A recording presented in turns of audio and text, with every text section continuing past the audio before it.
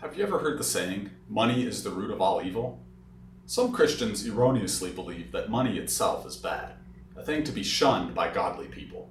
They may be misquoting 1 Timothy 6:10, where St. Paul indicates that the love of money is a root of all kinds of evils. Money itself is amoral.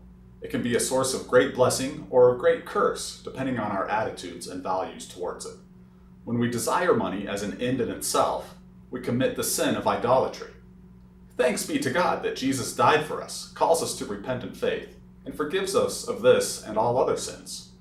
Thus, released from the bondage of sin and idolatry, we are free to use money properly.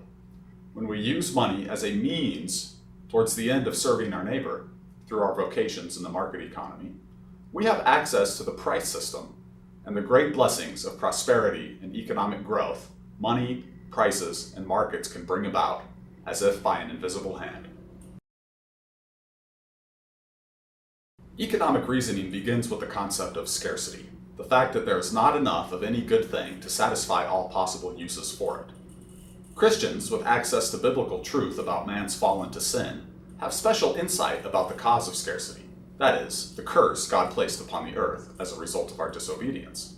This curse means that people must work, toil, and suffer to obtain our daily bread, which includes all of our material needs. Scarcity also implies that we constantly face decisions about which needs and wants we should try to fulfill, and how we should go about meeting them. God promises to provide for our needs. Sometimes he does this through miracles, as with the manna he gave to feed the Israelites, or the loaves and fishes that Jesus multiplied to feed the crowds. For us today, God works through the mundane miracle of the market economy.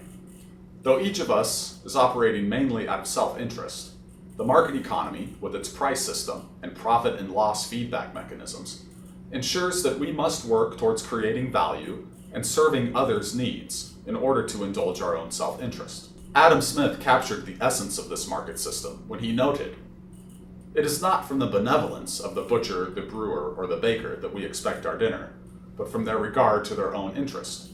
We address ourselves not to their humanity, but to their self-love, and never talk to them of our own necessities, but of their advantages."